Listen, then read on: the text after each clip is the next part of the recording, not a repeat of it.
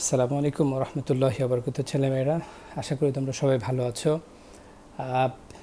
ঢাকা সহ ঢাকার রাজশাহী, চিটাগং, খুলনা, বরিশাল, সিলেট, দিনাজপুর, রংপুর যেখানেই ইন্টারমিডিয়েট ফার্স্ট ইয়ার থেকে তোমরা সেকেন্ড ইয়ারে উঠেছো ব্যবসা শিক্ষা গ্রুপের ছাত্রছাত্রীরা, তোমাদের সবাইকে শুভেচ্ছা শুভকামনা।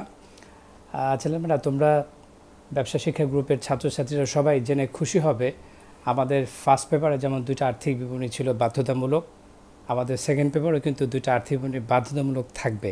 তবে খুশির বিষয়টা হচ্ছে এরকম যে আমাদের ফার্স্ট পেপারের মোট মুনাফা যেমন, আমাদের হিসাব বিজ্ঞানের সেকেন্ড পেপারের মোট মুনাফা কিন্তু হুবহু একই রকম, কোনো পার্থক্য নেই। আমাদের ফার্স্ট পেপারের নিট মুনাফাটা যেমন, সেকেন্ড পেপারের নিট মুনাফাটা কিন্তু হুবহু একই রকম। তবে শুধুমাত্র একটা সামান্য পার্থক্য রয়েছে, সেই পার্থক্যটা হচ্ছে যদি আমাদের সমন্বয়ে আমরা ফার্স্ট পেপারের আমরা সেকেন্ড পেপারের আর্থিক বিবরণী করছি, মোট মুনাফা শেষ করেছি, নিট মুনাফা শেষ করেছি। এখন আমরা এই নিট মুনাফা শেষ করার পর আমরা যখন জেড টেনে দিই, ঠিক জেড টানার আগে আমরা দেখব সমন্বয়ে আয়কর বা আয়কর সঞ্চিতি আছে কিনা। যদি সমন্বয় আয়কর বা আয়কর সঞ্চিতি থাকে, ওই নিট মুনাফা যেখানে আমরা জেড টানতাম সেখানে জেড না টেনে তার বিবরণে ঘরে লিখব বাদ নতুন আয়কর, আয়কর থাকলে লিখব বাদ নতুন আয়কর, আর আয়কর সঞ্চিতি থাকলে লিখব বাদ নতুন আয়কর সঞ্চিতি, বাদ দিয়ে দিব। এই হচ্ছে সেকেন্ড পেপার এবং ফার্স্ট পেপারের নিট মুনাফার পার্থক্য। মোট মুনাফা এবং নিট মুনাফা বাকি হুবহু একই রকম, আশা করি তোমরা বুঝতে পেরেছ। এটা আমি কিন্তু আবারও বলছি, এই আয়কর বা আয়কর সঞ্চিতি এটা রেওয়া মিলে থাকবে না, কোথায় থাকবে? সমন্বয় থাকবে। যদি সমন্বয় থাকে তাহলে সেটা আমরা নিট মুনাফা থেকে একবার বাদ দিব, আর একবার আর্থিক অবস্থার বিবরণী চলতি তা পাঠিয়ে দিব। ছেলেমেয়েরা, তোমরা ফার্স্ট পেপারে 3টা আর্থিক বিবরণী অংশ করেছো। প্রথমে মোট মুনাফা করেছো, তারপর নিট মুনাফা করেছো, তারপর আর্থিক অবস্থার বিবরণী। কিন্তু আমাদের সেকেন্ড পেপারে আমাদের 4টা অংশ, প্রথমে মোট মুনাফা, তারপর নিট মুনাফা, তারপর সংরক্ষিত আয় বিবরণী, আর সবশেষে আর্থিক অবস্থার বিবরণী। আমরা আজকে তোমাদেরকে আলোচনা করব সংরক্ষিত আয় বিবরণী নিয়ে।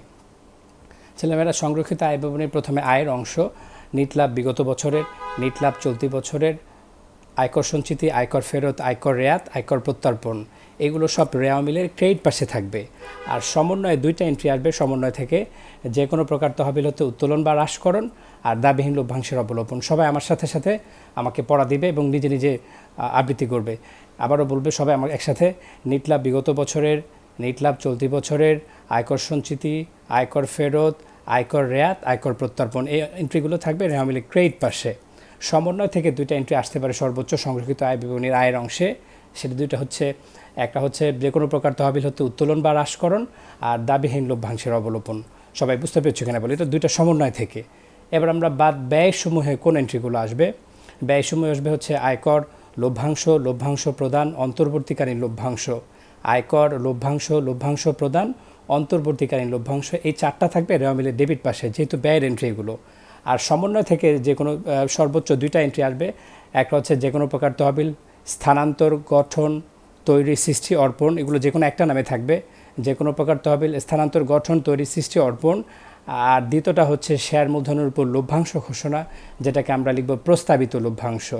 ছেলেমেয়েরা, তাহলে আমি যদি প্রথম থেকে আয় এবং ব্যয় সব একসাথে বলি, সবাই এগুলো শুনবে, সবাই এগুলো মুখস্থ করবে এবং আমার কমেন্টে লিখে পাঠাবে। এই এতটুকু পড়লেই কিন্তু আমরা এই সংরক্ষিত আয় বিবরণী 4 মার্কস আমাদের কনফার্ম হয়ে যাচ্ছে। আবার বলছি, নিট লাভ বিগত বছরের, নিট লাভ চলতি বছরের, আয়কর সঞ্চিতি, আয়কর ফেরত, আয়কর রেয়াত, আয়কর প্রত্যর্পণ। সমন্বয় থেকে আসবে যে কোনো প্রকার তহবিল হতে উত্তোলন বা হ্রাসকরণ, দাবিহীন লভ্যাংশের অবলোপন। বাদ ব্যয়সমূহ আয়কর, লভ্যাংশ, লভ্যাংশ প্রদান, অন্তর্বর্তীকালীন লভ্যাংশ, যে কোনো প্রকার তহবিল স্থানান্তর, গঠন, তৈরি, সৃষ্টি, অর্পণ, আর শেয়ার মূলধনের উপর লভ্যাংশ ঘোষণা, যেটাকে আমরা বলবো প্রস্তাবিত লভ্যাংশ। তোমরা বারবার করে এগুলো আবৃত্তি করবে, এগুলো প্র্যাকটিস করবে, এগুলো রিহার্সেল করবে। আমি আবারও বলছি শেষবারের মতো, দানে দানে 3 দান আমি সবসময় বলি, নিট লাভ বিগত বছরের, নিট লাভ চলতি বছরের, আয়কর সঞ্চিতি, আয়কর ফেরত, আয়কর রেয়াত, আয়কর প্রত্যর্পণ, যে কোনো প্রকার তহবিল হতে উত্তোলন বা হ্রাসকরণ, দাবিহীন লভ্যাংশের অবলোপন।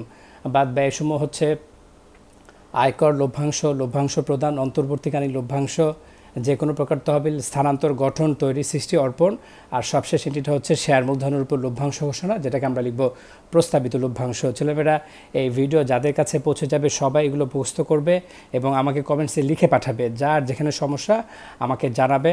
আমাকে জানানোর ফোন নাম্বার হচ্ছে 01788558622। যদি এই নাম্বারটা বিজি থাকে, আরেকটা নাম্বার আমার সাথে যোগাযোগ করবে, 01670786267। তুমি যেখানেই থাকো না কেন আমার সাথে যোগাযোগ করে এই সমস্যাগুলো সমাধান করে নিতে পারবে ইনশাল্লাহ। সবার জন্য শুভকামনা এবং আবারও সেকেন্ড ইয়ারে সবাইকে স্বাগত জানাচ্ছি। আল্লাহ সুবহানাহু ওয়া তাআলা সবার সামনের দিনগুলো ভালো করার নেক তৌফিক দান করুন। ধন্যবাদ সবাইকে।